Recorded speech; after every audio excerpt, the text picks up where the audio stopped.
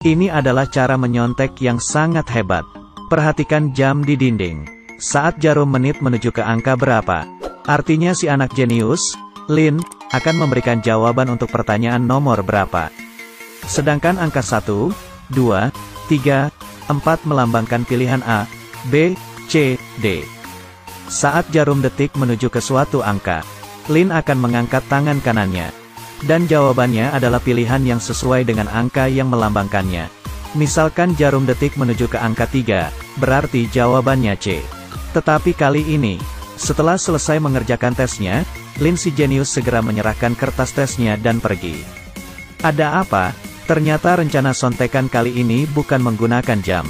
Kali ini, setelah Lin menyelesaikan tesnya dengan cepat, dia menuliskan jawabannya di penghapus. Lagi, kali ini Lin mau menggunakan radio untuk menyiarkan jawabannya.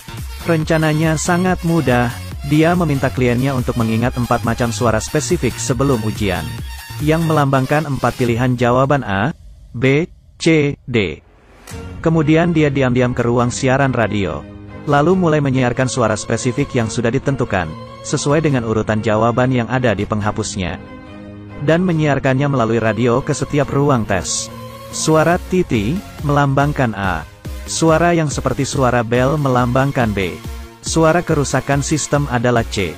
Suara sa-sa adalah D. Siswa dan guru yang tidak mengetahui hal ini mengira itu hanyalah suara masak, tetap terjadi hal yang tak diduga. Anak lelaki ini tiba-tiba mendengar 2 orang siswa sedang berbicara tentang menyontek. Dan cara menyonteknya membuatnya terkaget-kaget.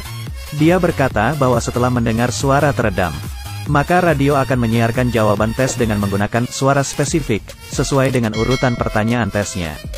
Ini terlalu konyol. Bang tidak percaya hal ini. Tetapi ketika masih tersisa 30 menit di ujian sore, tiba-tiba keluar sebuah suara teredam dari radio. Bang langsung mendengarkan dengan seksama, dan mulai memperhatikan suara dari radio. Karena Bang juga adalah anak jenius. Dia juga sama dengan Lin, mengetahui semua jawaban tepat dari setiap pertanyaan. Jadi dia langsung mencocokkan suara dari radio dengan jawabannya. Seperti yang diperkirakan, suara titi melambangkan A.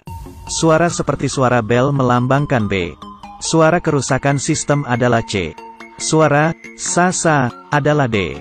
Dia membandingkan semua pertanyaan sesuai dengan urutan, dan mengetahui 4 suara spesifik yang menjadi petunjuk untuk jawabannya. Dan memang sama persis dengan jawaban yang tepat. Dia akhirnya memastikan ada orang yang menyontek dengan menggunakan siaran radio. Jadi dia segera memberikan kertas jawabannya dan tabel perbandingan suara spesifik kepada guru pengawas ujian.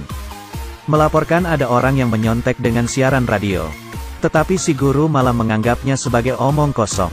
Dan memperingatkannya bahwa jika dia masih terus mengacau dan mengganggu ketertiban ruang tes, kertas tesnya akan dihitung tidak valid. Melihat hal ini, Bang hanya bisa pergi dengan marah.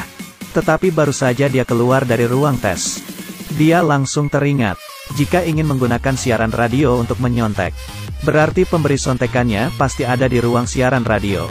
Jadi Bang langsung ke sana. Sedangkan guru pengawas ujian, karena kata-kata dari Bang juga mulai memperhatikan suara dari radio. Dengan kagetnya dia menyadari, sesuai dengan tabel perbandingan milik Bang, suara yang keluar dari siaran radio ternyata memang sama persis dengan jawaban yang tepat. Jadi dia langsung meminta guru lain membantu mengawasi ruang ujiannya, lalu bergegas ke ruang siaran radio. Sedangkan dia membuka pintu saat dia sedang bersiap untuk menangkap basah si dalang sontek. Tetapi ternyata malah tidak ada orang di dalam. Ternyata ada sebuah steker dari kabel sinyal yang terpasang ke mesin kontrol. Dia langsung mengerti. Ternyata demi keamanan, si dalang sontek sedang mengendalikan siaran radio dengan bersembunyi di tempat lain. Saat guru pengawas ujian tiba, kebetulan melihat Bang yang sedang mengikuti kabel sinyal untuk mencari dalang sontek. Dan Lin yang sedang mengirim jawaban masih belum tahu hal ini. Tiba-tiba mendengar pintu yang terkunci diguncang dengan keras. Bang masuk menerobos lagi, tetapi di depannya masih tetap tak ada orang. Tetapi kabel sinyal di lantai sudah membocorkan kenyataan bahwa si dalang sontek ada di sini. Tetapi Lin pergi kemana? Ternyata Lin sudah masuk ke dalam laci sembari gemetaran.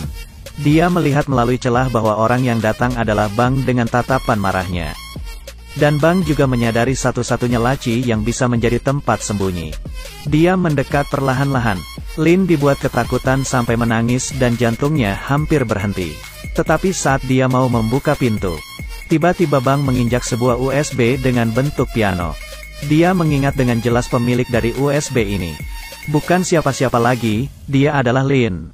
Di saat ini, guru pengawas ujian juga tiba. Tetapi demi melindungi Lin, Bang berkata bahwa dia tidak melihat dalang sonteknya. Akhirnya Lin terhindar dari bencana. Tetapi masalah belum selesai. Bang mengambil kesempatan saat tidak ada siapapun untuk bertemu dengan Lin di perpustakaan. Mengembalikan usnya yang terjatuh. Dia memberitahu Lin bahwa dia tak melaporkannya. Tetapi kekecewaan terekspresi dengan jelas di wajahnya. Lin buru-buru menjelaskan bahwa alasannya memberi sontekan untuk mendapatkan uang adalah demi membantu ayahnya melunasi hutang biaya sekolah. Dia bahkan ingin menyalahkan biaya sekolah yang tinggi. Tetapi Bang mana mungkin mendengarkan alasannya. Dia merasa semuanya hanyalah alasan saja. Pergi dengan marah selesai berbicara. Keesokan harinya kepala sekolah menemui mereka berdua. Setelah penyelidikan, mereka mengesampingkan kemungkinan bahwa guru yang membocorkan soal tes. Berarti, pasti siswa berprestasi yang mampu mendapat nilai sempurnalah yang mendalangi sontekan kali ini. Dan orang seperti itu di sekolah ini hanya ada mereka berdua. Guru memang lebih ahli. Kepala sekolah langsung mengancam mereka, jika tidak ada yang mengaku, maka semuanya harus menanggung kesalahan. Dan akan membatalkan semua beasiswa mereka berdua. Bang langsung tercengang. Bukannya aku yang melaporkannya, kenapa malah jadinya aku yang kehilangan beasiswa? Mendengar hal ini, Lin tidak tega melibatkan Bang. Akhirnya dia mengaku. Kepala sekolah segera memanggil ayahnya Lin untuk memberitahu hukumannya. Tidak naik kelas dan penangguhan kelas selama 1 tahun. Dan membatalkan semua beasiswanya. Ayahnya juga menyuruhnya untuk mengembalikan uang sontekan dari teman-temannya.